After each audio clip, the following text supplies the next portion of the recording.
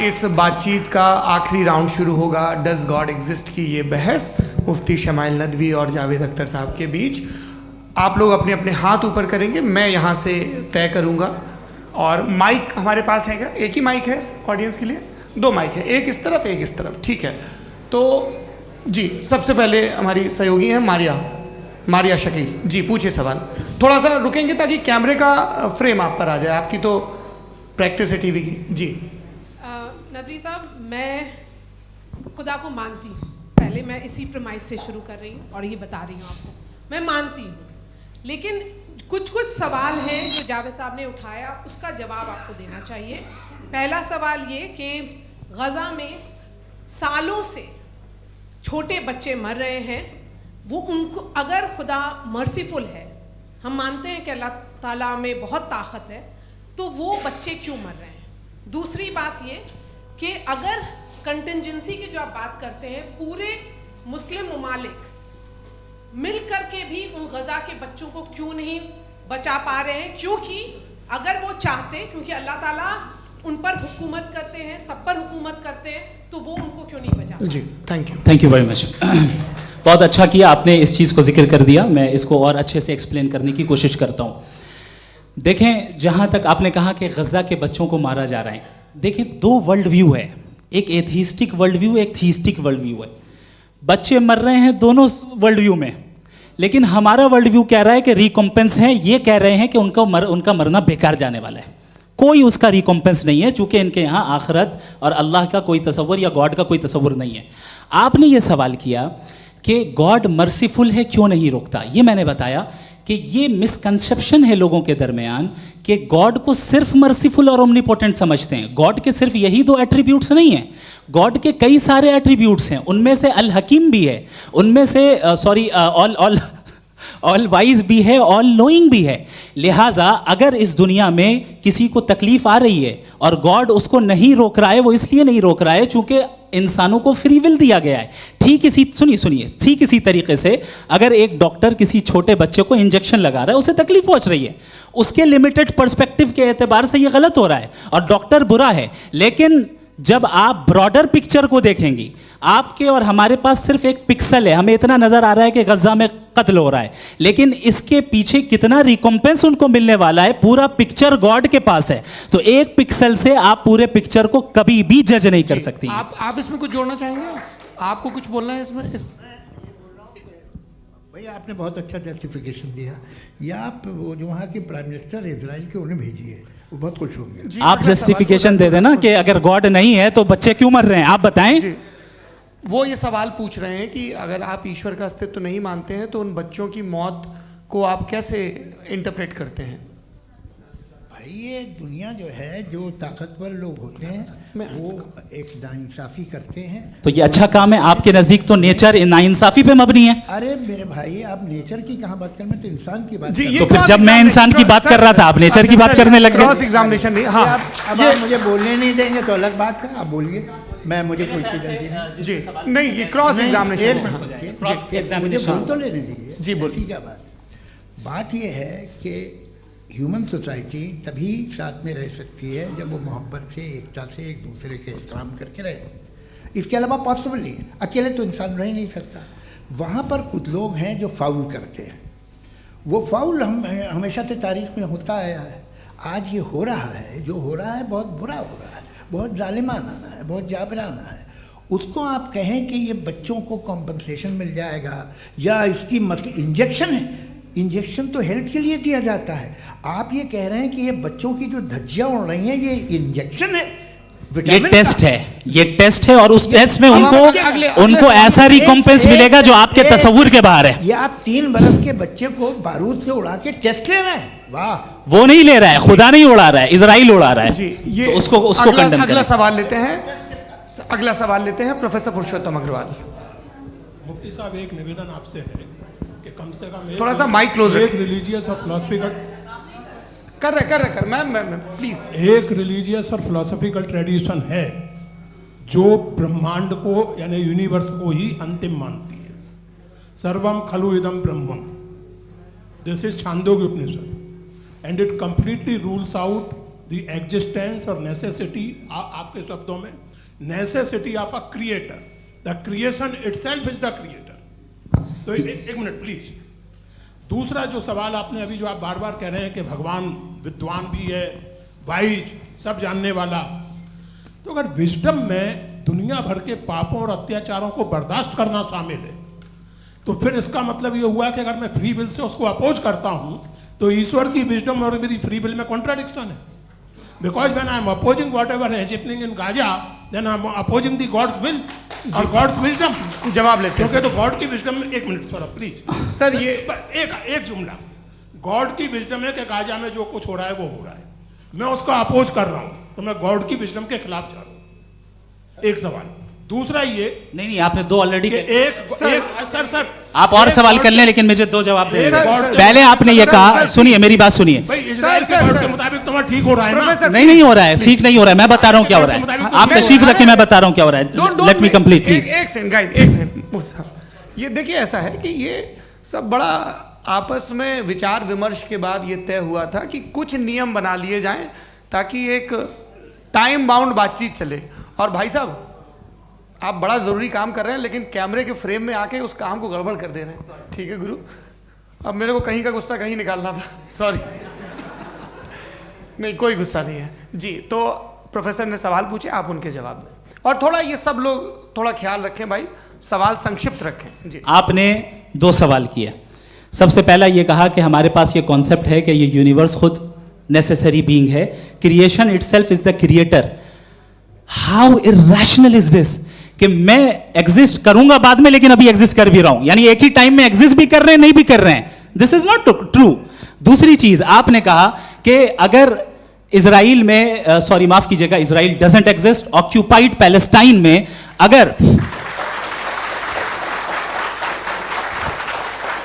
अगर occupied Palestine में बच्चों को मारा जा रहा है फ्री विल की वजह से और गॉड नहीं रोक रहा, ये कॉन्ट्रडिक्शन है। ये बताइए कि एक एग्जाम में एक बच्चा गलत आंसर लिख रहा है, सुनिए, एग्जामिनर चाहे तो रोक सकता है, क्यों नहीं रोक रहा है? ये कॉन्ट्रडिक्शन है, ये कॉन्ट्रडिक्शन नहीं है। माइक नहीं सर, ये आपस में जी, ये क्या आपका सवाल? माइक दीजिए। फ्री विल दिया गया है टेस्ट के लिए, अकाउंटेबिलिटी के लिए। अगर फ्री विल नहीं होता तो आप कहते हैं हमें रोबोट बना दिया गया। नॉट मिसरिप्रेजेंट माय पोजीशन, आपकी जो भी पोजीशन, मैं अपनी फ्री विल के नाते, अपने ह्यूमन विजडम के नाते गाजा में हो रही अत्याचार का विरोध करता हूं। बिल्कुल करना चाहिए। आपके हिसाब से मैं गॉड की विजडम का विरोध कर रहा हूं? बिल्कुल नहीं, समाज हो रहा है गॉड की, बिल्कुल भी नहीं, बिल्कुल भी नहीं। उसका वहां पर गाजा में कत्ल होना ये इंसानों के गलत इस्तेमाल का नतीजा है, फ्री विल के इस्तेमाल का नतीजा है। गॉड इसका हुक्म नहीं देता, उससे रोकता है। यही तो मसला है ना, आपके लिए कॉन्सेप्ट क्लियर? नहीं भाई, आपने तो बताया था इंजेक्शन लगाने से बच्चे को तकलीफ होती है, ये इंजेक्शन लगा। सर आप ऐसे रेटोरिक स्टेटमेंट दें तब तो कोई मसला नहीं, आपने समझते बोला कि रहेंगे। Injection this is a rhetoric statement, this is not a logical argument sir. I am sorry, I am sorry. आखिरी 30 मिनट बड़े मुश्किल होने वाले हैं जी। मुफ्ती साहब आगे बैठे हैं, इनको माइक दीजिए। हाँ, तरुण माइक आप अपने पास रखिए, आपको कैमरे का फ्रेम पता है जी। सबसे पहले दोनों को मुबारकबाद। एक सर अपना आप नाम बता दें। आप अमेरिका में शिकागो में रहते हैं, इतना मुझे याद है। बताया आपको, यासिर नदीम अलवाजदी मेरा नाम है। जावेद सर, आपसे एक क्वेश्चन है इन्फिनिट रिग्रेस के ताल्लुक से। एक हाइपोथेटिकल सिनेरियो है, मसलन अगर आप सर माइक थोड़ा सा प्लीज क्लोज रखिए। ओके जी। अगर आप शायर इसलिए हैं कि आपके कोई उस्ताद शायर थे, और वो इसलिए शायर थे कि उनके कोई उस्ताद शायर थे, और इसी तरीके से हम माजी में पीछे चलते चलते चले जाएं और कहीं ना रुके, तो माफ कीजिएगा आप कभी शायर नहीं हो सकते। लेकिन आप शायर हैं, आपका शायर एग्जिस्ट करता है, इसका मतलब ये है कि आप कहीं ना कहीं रुके हैं। तो मेरा सवाल ये है कि क्या आप इन्फिनिट रिग्रेस ऑफ कॉजेस को लॉजिकल फैलेसी मानते हैं या नहीं मानते? हाँ या ना? मैं इन्हें लॉजिकल फैलेसी नहीं मानता हूँ, लेकिन मेरा प्रॉब्लम यह है कि जब मैं नहीं मानता हूँ तो I will continue with this logic जो फैलेसी नहीं हो। आप एक जगह रुक जाते हैं जाके, आप कहते हैं ये गेंद कैसे बनी, ये जजीरा कैसे बना, ये समंदर कैसे बना, ये ज़मीन कैसे बनी, और अचानक गॉड पे जाके आपको ब्रेक लग जाता है। एक बार आप सवाल नहीं करते कि भाई इनको बनाने वाला तो इनसे भी कॉम्प्लिकेटेड होगा, वो कैसे बना, उसके बारे में आपने इत्मीनान कर लिया, वो हमेशा से है। तो अगर आप उसे हमेशा से मानते हैं तो फिर ये मान लीजिए कि कायनात हमेशा से है, क्या तकलीफ है? कि हम वजूद में नहीं आते। जी हैं? हम मौजूद नहीं। अच्छा सर क्यों नहीं हो मैं सकते? बताऊंगा प्लीज प्लीज। जैसे मैंने मिसाल दी आपके शेर की, आपका शेर कभी वजूद में ना आता अगर शायर इसी तरह चलते रहते हमेशा। जी माइक मेरे ख्याल से एक सेकंड, इन्फिनिट रिग्रेस का कॉन्सेप्ट क्लियर नहीं हो जी। पाया, ऐसे रहने दें, लेट्स मूव ऑन सर। ठीक है। हाँ थोड़ा सा मॉडरेटर का भी ख्याल रखें। नहीं आपने तो रखा है, आपने रखा है। यहाँ पे गौहर रजा साहब हैं, वो भी एक सवाल पूछना चाहते हैं। माइक यार नीचे से ऑन कर दिए नीचे। पहले तो ये कह दूं कि मैं उन बच्चों से शर्मिंदा हूं जिनको गज़ा में कत्ल किया गया, क्योंकि हमारे होते हुए कत्ल किया गया। लेकिन उससे ज़्यादा शर्मिंदगी इस बात से हुई कि मुझे लगा कि मुफ्ती साहब उसको जस्टिफाई कर रहे हैं। बिल्कुल भी नहीं, आप बहुत ही गलत मुझे बात लगा कह- मैं गलत हो सकता हूं। बिल्कुल गलत मैं है। सवाल पूछ रहा हूं। सवाल मैं देखिए, सवाल अगर पूछ रहा हूं। एक मैं सेकंड, जावेद भाई गौर से साहब, एक डिसएग्री सेकंड, गौर करता साहब, हूं। एक सेकंड देखिए, अगर देखिए ऐसा एक सेकंड आप सर वेट अरे आप कुछ मेरे पहले मुझे अपनी बात कह लेने दीजिए। अगर ऑडियंस तय करेगी तो फिर मॉडरेटर का मतलब नहीं। मेरा आप सबसे ये कहना है, ये बहस दो लोगों के बीच में है, एक तरफ मुफ्ती साहब, एक तरफ जावेद साहब। पिछले 1.5 घंटे से ये लोग अपने अपने तर्क रख रहे हैं। आपकी इनसे इत्तेफाकी हो सकती है, ना इत्तेफाकी हो सकती है। मेरे उस्ताद मुझे सिखा गए हैं कि मुखामुखम में असहमति की गुंजाइश बची रहनी चाहिए। अगर मैं आपकी बहुत इज्जत करता हूँ गौहर साहब, आपने जो कमाल की किताबें लिखी, साइंटिफिक टेम्परामेंट, लेकिन मेरी ये गुजारिश है आप सब से कि यदि आप इन लोगों ने जो बोला उन पर टिप्पणियां करेंगे तो ना वक्त की पाबंदी रहेगी, ना वो अनुशासन। आप सवाल पूछ लें, उस सवाल में जो बात आ जाए वो आ जाए। मैं जावेद साहब से डिसएग्री करता हूं, इसलिए जावेद साहब से सवाल पूछ रहा हूं। आपका सवाल जावेद अख्तर साहब से और सवाल ये है मेरा कि जावेद साहब ने कई बार लॉजिक का इस्तेमाल किया कि साइंस में लॉजिक है और रिलीजन में लॉजिक नहीं है। मेरा ख्याल ये है कि रिलीजन में भी लॉजिक है, लेकिन उस लॉजिक की बेसिस ये है कि आप रुक जाते हैं, जिसका जिक्र जावेद साहब ने बार बार किया, यानी खुदा के तसव्वुर पे आते हुए, गॉड के तसव्वुर पे आते हुए रुक जाते हैं। और इसमें सवाल पूछना मतलब फॉरबिडन होता है। सवाल ये है कि क्या जावेद साहब इससे एग्री करते हैं कि साइंस की लॉजिक अलग है और रिलीजन की लॉजिक अलग है? बताइए सर। देखिए 3 चीज़ें हैं, साइंस है, एक है मंतिक है, इस्तिदलाल है, और एक जो है कुछ भी नहीं है, फेथ है, अकीदा है। मैं अकीदे की लॉजिक का कायल नहीं हूँ। मुझे आप इस्तिदलाल से, लॉजिक से, रीज़न से समझाइए, मैं मानने को तैयार हूँ, मेरा क्या नुकसान होगा। लेकिन ये कि अकीदे पे मैं नहीं जा सकता हूँ। अकीदे का मतलब है कि तुम ये मान लो, सवाल ना करो, ये नहीं। आप सारी बातें करके, बड़ी साइंटिफिक बातें करके एक जगह जाके खुदा के हुदूद पे रुक जाते हैं, सरेंडर कर देते हैं। मैं सरेंडर करने को तैयार नहीं। That's all. जी ये आगे सर बैठे हुए हैं, इनको माइक दीजिए। भाई वो आप पूछना चाह रहे थे ना भाई? हाँ नहीं मैं ये जी, आपका नाम? आसिम इफ्तिखार। आसिम जी, पूछिए। सर जावेद सर से सवाल है कि आपने अपने क्लोजिंग माइक थोड़ा करीब रखिए। अपने क्लोजिंग स्टेटमेंट में ये बात कही थी कि मज़हब का जो फ्यूचर है वो ज़्यादा दिन नहीं जाने वाला है, लेकिन मैं देख पा रहा हूँ कि जो ऑक्सफोर्ड यूनिवर्सिटी की एक स्टडी है 2011 में हुई है, जिसके 50 एकेडमिशियंस ने इसको अंजाम दिया था, उसमें वो ये कहते हैं कि जो फेथ इन गॉड है वो इनबिल्ट है ह्यूमन नेचर के अंदर, जिसको हम कहते हैं फितरत के अंदर शामिल है वो। और वो ये कहते हैं कि अगर कोई ये समझता है कि मज़हब को वो ख़त्म कर देगा तो ये उसकी गलत फहमी है। तो आप इसके बारे में, इस स्टडीज़ के बारे में क्या कहते हैं? ठीक है।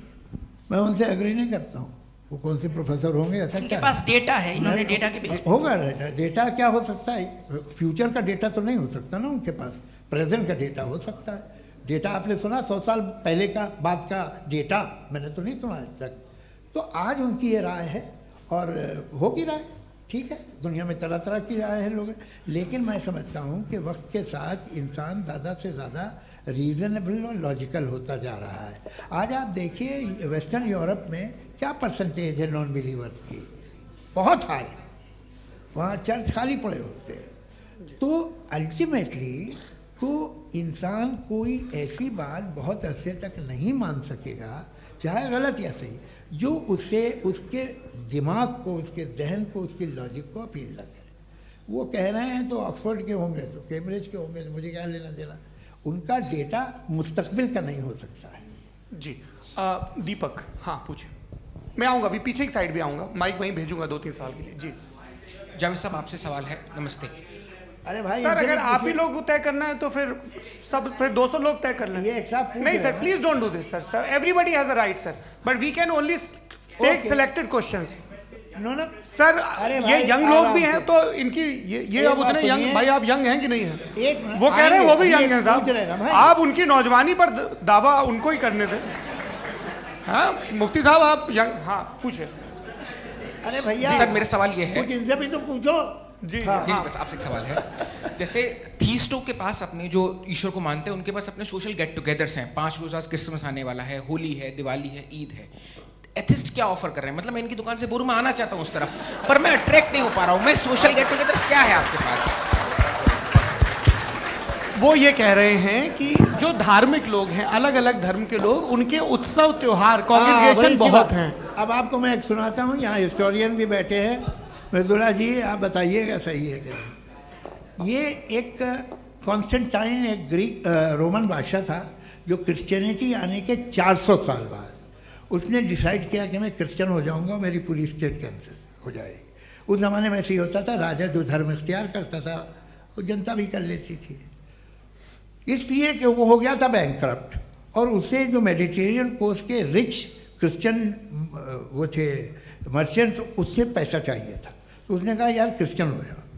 तो उसने अपने वजीर से कहा कि भाई ये हिस्ट्री है कि अब हम लोग क्रिश्चियन हो जाते हैं। पहले सर हो जाएंगे, कोई प्रॉब्लम नहीं है, लेकिन एक प्रॉब्लम ये है कि 17 दिसंबर से 25 दिसंबर तक जो पेगन फेस्टिवल होता, जो पेगन जो फेस्टिवल होता है वो बंद हो जाएगा, इसलिए कि हम क्रिश्चियन हो गए तो होगा नहीं। तो वो बच्चों को बहुत बुरा लगेगा, पब्लिक को बहुत इन्जॉय करते हैं, ख़ासतौर से 25 को मेन डे। उसने कहा हाँ ये तो सही कह रहे हो। ये जीसस क्राइस्ट की पैदाइश कब थी? पहले साहब वो अप्रैल में थी। नहीं कट करो, वो 25 दिसंबर को है। यह हकीकत है जी। और 400 साल बाद क्रिश्चियनिटी के अप्रैल से दिसंबर ले आए, और इसलिए कि यहाँ पेगन फेस्टिवल होता था। अब मनाते हैं आप आराम से। ये जो सारे फेस्टिवल हैं ये रिलीजन से, हर एक को एक इंटरटेनमेंट डिपार्टमेंट चाहिए होता है अपनी कंपनी चलाने के लिए। तो ये रिलीजन ने, ये सेकुलर त्यौहार थे जिन्हें रिलीजन्स ने ले लिया है। ये मौसम के थे, फसलों के थे, किसानों के थे, उसको आपने लेकर रिलीजियस रंग दे दिया। ये कोई रिलीजन से थोड़ी आए आप। अच्छा हमें देखिए, हम तो मुल्द हैं, हम ईद मनाते हैं, हम दिवाली मनाते हैं, हम होली मनाते हैं, हम क्रिसमस मनाते हैं। बम्बई की फिल्म इंडस्ट्री की सबसे बड़ी होली हमारे घर में होती है, सबसे बड़ी ईद हमारे घर में होती है। वो हमारी सोशल वो है, हमारा हेरिटेज है। ऐसा थोड़ी है कि we will throw the baby along with the water. ये तो अच्छी चीज़ है, इन्हें रखो, जो बेकार है फेंक दो। जी हाँ हेलो जी, मेरा सवाल नादवी जी से है। जैसा कि आपने बोला कि गॉड टाइम के भी परे हैं, और गॉड इतनी कॉम्प्लेक्स चीज़ है कि उसे ह्यूमन माइंड समझ नहीं सकता, और गॉड ने अर्थ पे फ्री विल भी दे दी है।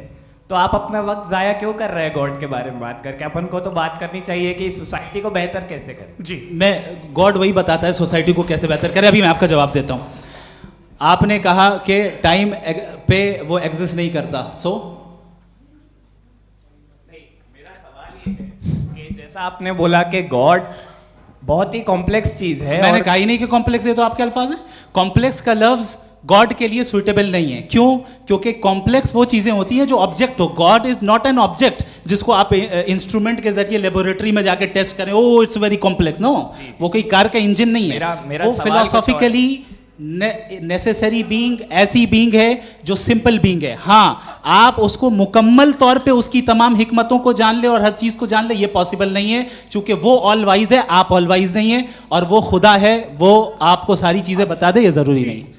मेरा सवाल ये नहीं था। मेरा सवाल ये था कि जब गॉड इतना परे है इस दुनिया से कि उसने अर्थ पे फ्री विल भी दी है, हम सब ह्यूमंस की फ्री विल है, और जो सोसाइटी में हो रहा है वो अपन लोग डिसाइड करेंगे।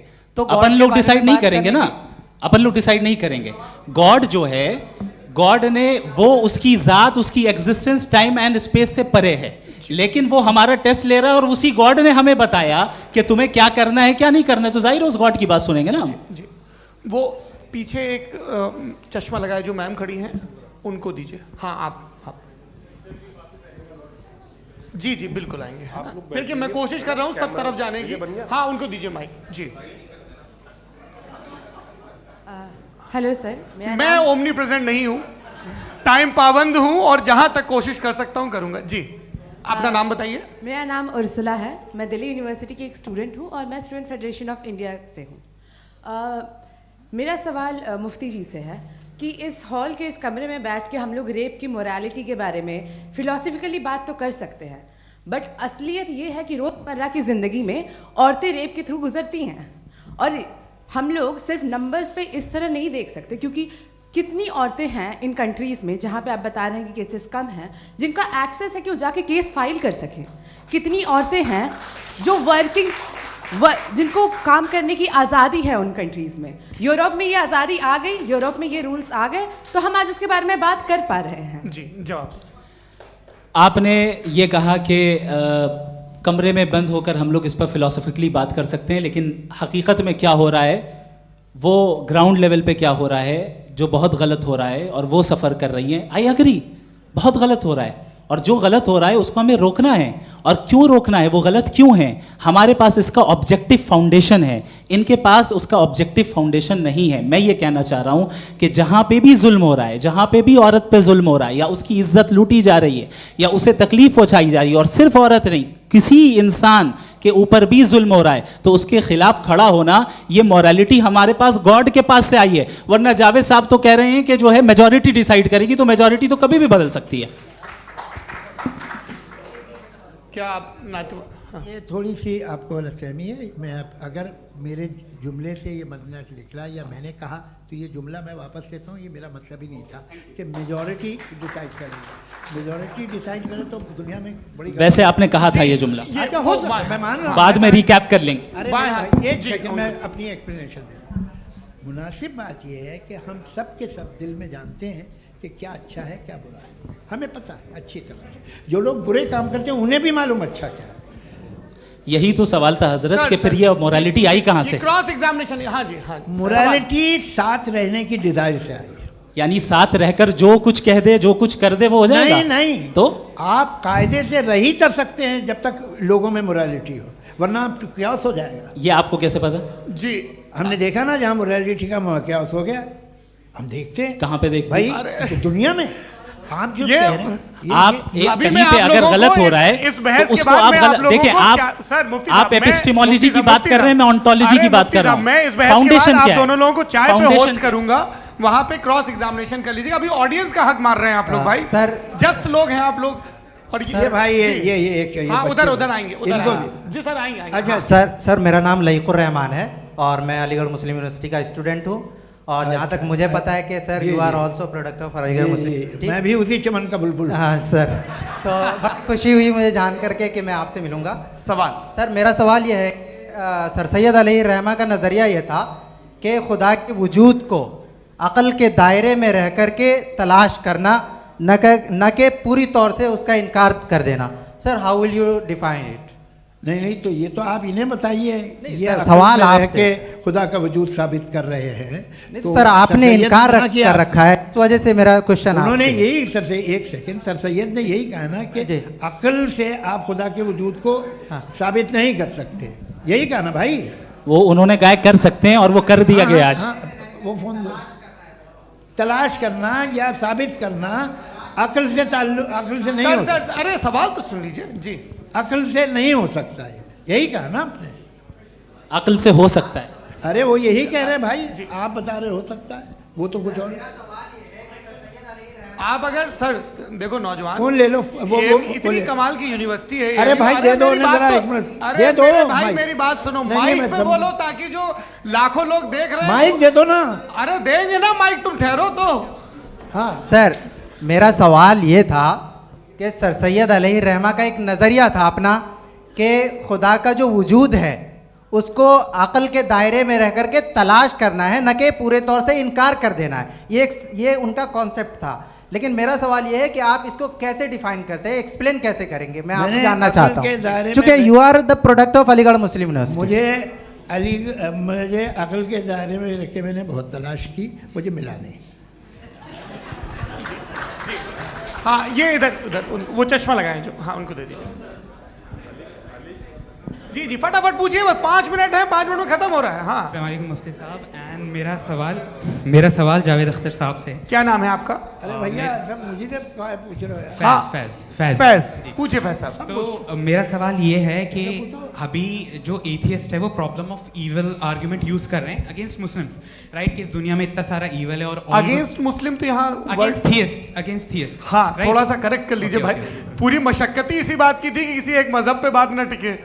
जी, तो बेसिकली ये आर्ग्यूमेंट ऐसा है कि इस दुनिया में इतना ज़्यादा ईवल एग्जिस्ट करता है और अगर एक ऑल गुड गॉड है तो वो रोकता क्यों नहीं है? लेकिन इस सवाल में एक हिडन अजम्पशन ये है कि इस दुनिया में ईवल एग्जिस्ट करता है। अब एथियस्ट ये कैसे ऑन्टोलॉजिकली प्रूव कर सकते हैं कि इस दुनिया में ईवल एग्जिस्ट करता है? मैं आपको बताता हूँ, थोड़ा सा समझा। नहीं सर, हम लोग इनको सुनिए। नहीं please don't do that. I want to explain ontologically. नहीं हम समझ गए सर, इनको अब जवाब देने दीजिए। अच्छा सवाल पूछ लो। मैं अभी तक क्या था वो मैं थोड़ा सा ऐड ऑन कर लेता हूँ। तुम गुरु, तो हम जब इसका राउंड 13 करेंगे ना तब तुमको स्टेज पे बिठाएंगे। जी तो हाँ जल्दी से। तो देखिए एथियज्म के हिसाब से सब कुछ रैंडमली बन गया है, सब कुछ एटम्स और मॉलिक्यूल्स है। एक पत्थर में और मुझ में सिर्फ इतना फर्क है कि हम लोग एटम्स और मॉलिक्यूल्स का अलग अलग रीअरेंजमेंट है। अब एक पत्थर को कोई इंसान तलवार से 2 टुकड़ों में काट दे या मुझे, according to atheism it is same. There is no evil and good according to atheism. जी अच्छा, फैज साहब का सवाल ये है कि हाँ कोशिश भी करते तो इससे गलत सवाल नहीं कर पाते।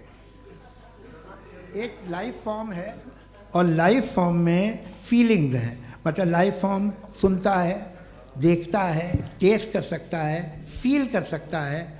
तो उसकी ये जो क्वालिटी इस बबल में आ गई हैं, वो जानवर में भी है, इंसान में भी है। तो जाहिर है कि उसे कोई तकलीफ पहुंचेगी, तो चूंकि उसके पास वो सेंसिटिविटी है तो मैं करेगा। पत्थर में वो सेंसिटिविटी नहीं है। तो ये क्या सवाल हुआ कि अगर पत्थर को काटा तो पत्थर को तकलीफ नहीं होती, तो आपको काटे तो आपको क्यों तकलीफ हो? बैठ जाइए। जी हाँ, अगला सवाल। हाँ पूछे जी जावेद अख्तर साहब। अरे भैया सब आप लोग मुफ्ती साहब को छोड़ रहे हैं, मेरे ही पीछे पड़े हैं क्या? चलो बोलो भाई। You asked how God can exist when children die in Gaza. हाँ? You asked how God can exist when children die in Gaza, and you also mentioned the rise of atheism in Europe. But the same events also are leading many atheists and non-believers to turn towards faith. How do you interpret this contradiction, where suffering pushes some away from God, yet brings others closer to belief? देखिए, आपको एक बात बताऊं, दुनिया perfect तो कहीं भी नहीं है, हर जगह कुछ खामियां हैं। बेटा 1 मिनट, मैं आप ही को कहेंगे, देखो वो तो कुछ खामियां, कमज़ोरियां, खराबियां सब जगह है। लेकिन अगर देखोगे ईमानदारी से कि दुनिया सबसे ज़्यादा महज़ब कहाँ है, एक आम शहरी को कहाँ हुकूक हासिल हैं, वो बोल सकता है, अपनी मर्ज़ी से काम कर सकता है, अपनी मर्ज़ी से राय दे सकता है, हुकूमत के ख़िलाफ़ बोल सकता है, बरसरे इक़्तिदार लोगों के बारे में बोल सकता है, सरमायादारों के ख़िलाफ़ बोल सकता है। तो आपको ये स्कैंडिनेवियन कंट्रीज़ में मिलेगा, वेस्टर्न यूरोप में मिलेगा। मैं नहीं कह रहा वो परफेक्ट है, बिल्कुल नहीं, वहाँ बहुत ख़राबियाँ भी हैं, परफेक्ट तो कोई। लेकिन जिन जिन मुल्कों में, लैटिन अमेरिका देखो, गल्फ़ देखो, वहाँ पर आपको ये ज़रूर है कि रेप नहीं होते होंगे। रेप की ज़रूरत क्या है भाई? उसको तो ख़रीद लो, घर में रखो, सड़क पर रेप करने की क्या ज़रूरत है? मगर सुनिए, मगर हकीकत ये है कि वहाँ शख्सी आज़ादी राय देने की, बोलने की नहीं है। जी, ये एक आखिरी सवाल मुफ्ती साहब से। हाँ मैम, इनको माइक दीजिए। शुक्रिया। मेरा नाम मनीषा है, मैं हरियाणा से आई हूँ। मैं मुफ्ती साहब से एक बात पूछना चाहती हूँ। आप बार बार जावेद साहब को कॉन्ट्राडिक्ट तो कर रहे हैं कि आपने ये कहा, लेकिन आप भी अजम्पशंस के बेसिस पे बात कर रहे हैं। आपने खुदा के होने का कौन सा प्रूफ पेश किया है, खुदा की एग्जिस्टेंस का? अब इस सवाल को अलग रहने दीजिए, कौन एथीस्ट है कौन नहीं है। और दूसरी बात जो आपने एक छोटी सी कही थी कि ये फ्री विल का इस्तेमाल करता है इंसान अपनी, लेकिन उस फ्री विल का इस्तेमाल में मतलब खुदा ने ये दे दी सबको ये इजाज़त कि वो कितना घिनौनापन और कितने ज़्यादा ख़राब से ख़राब तरीके इस्तेमाल कर सकते हैं। जब लोगों आप को। सुनते हैं जी, आप फ्री विल को मानती है ना, या अब कहती है कि फ्री विल नहीं है ना, मानती है ना? तो अब आपके पास इसका कोई एक्सप्लेनेशन नहीं है कि अगर एक इंसान उस फ्री विल का इस्तेमाल करके गलत काम कर रहा है और बच के अच्छी ज़िंदगी गुजार के निकल जा रहा है, उसका कोई रिकम्पेंस नहीं है। हमारे वर्ल्ड व्यू में जो इंसान गलत काम कर रहा है उसको भी रिकम्पेंस यानी उसका बुरा बदला मिलना है, और जो सही काम कर रहा है उसको सही बदला मिलना है। लिहाजा जो फ्री विल है वो इस तरीके से है कि एक लिमिटेड टाइम तक खुदा ने मोहलत दी है। ऐसा नहीं कि छूट दे दी, जो करना है करते रहो हमेशा। वक्त आएगा जब एग्जाम का टाइम खत्म होगा तब रिजल्ट आएगा, दौराने एग्जाम जबरदस्ती आपको नहीं बताया जाएगा। अरे भाई एक सेकंड, जी, एक जी, सवाल मुफ्ती साहब से मेरा सर, मुफ्ती साहब से मैं एक सवाल। हाँ, मैं भी- हाँ, हाँ, मुफ्ती हाँ, साहब, मैम, एक प्लीज, एक don't सेकंड रुक जाइए, आपसे फोन, आप इसके बाद पूछ आपसे लीजिएगा, माइक यहीं छीन रहेंगे वो। चुका। हाँ, बोलिए। मैं मुफ्ती मैम, साहब एक एक ही सेकंड। सवाल करता हूँ जी। कि अगर जो हो रहा है फ्री विल से हो रहा है और एक दिन बरोज़ क़यामत इंसाफ होगा मैशर में वगैरह वगैरह, तो दुआ क्यों मांगते हैं लोग?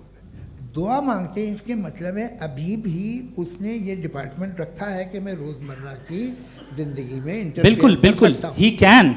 तो तुम कैन हो, तुम मुझे नौकरी दिला देते हो, मेरे बेटे को ग्रीन कार्ड दिला देते हो, और 45,000 बच्चे मरते उन्हें रोकते नहीं हो। नहीं तो क्या आप ये कह रहे हैं कि इस दुनिया में जालिमों को कभी पकड़ ही नहीं होती है? अरे जो भी पकड़ होगी वो बच्चे रोते हैं। बिल्कुल, देखिए वो औरतें मैंने रोती अपने हैं, ओपनिंग इनके बच्चे स्टेटमेंट में मरते यही कहा था आप कि मुझे जनाब नौकरी जावेद दिलवा साहब सिर्फ रहे हैं, इमोशनल मेरी आर्गुमेंट बेटी की देंगे। जैसे दिस इज एन शादी इमोशनल करा रहे हैं। आर्गुमेंट। ये छोटे मोटे देवियों काम- और इसके सज्जनों, पीछे देवियों और इसके सज्जनों, पीछे का रीजन मैंने बताया क्या है, देखिए, मैं इसके पीछे का बार-बार यहाँ विजडम पर क्या है मैंने बताया। मंच से आप लोगों को सज्जनों इसलिए कह रहा हूं ताकि थोड़ा सा आपके कॉन्शियंस पे जोर रहे कि आपको ऑर्डर बचा के रखना है। वक्त तय हुआ था, ये वक्त पूरा हुआ, आपने इतने धैर्यपूर्वक सुना, मैं आप सबका बहुत बहुत शुक्रगुजार हूं। यदि इन दोनों विद्वानों की इच्छा होगी तो कभी हम इस बातचीत का राउंड 2, राउंड 3, यही तो देखिए खूबी है इंसान की कि बहस मुबाहसे में वो पड़ा रहता है। आप लोगों ने बड़े धैर्य का परिचय दिया, बहुत बहुत शुक्रिया। इसी के साथ ये बातचीत यहाँ पे आप समाप्त लोग को होती है। मैं एक बात बता दूं, ये सारी बहस हो गई, अब मुफ्ती साहब और बड़े मुफ्ती साहब इन साथ के साथ मैं खाना खाने वाला हूँ। अच्छा,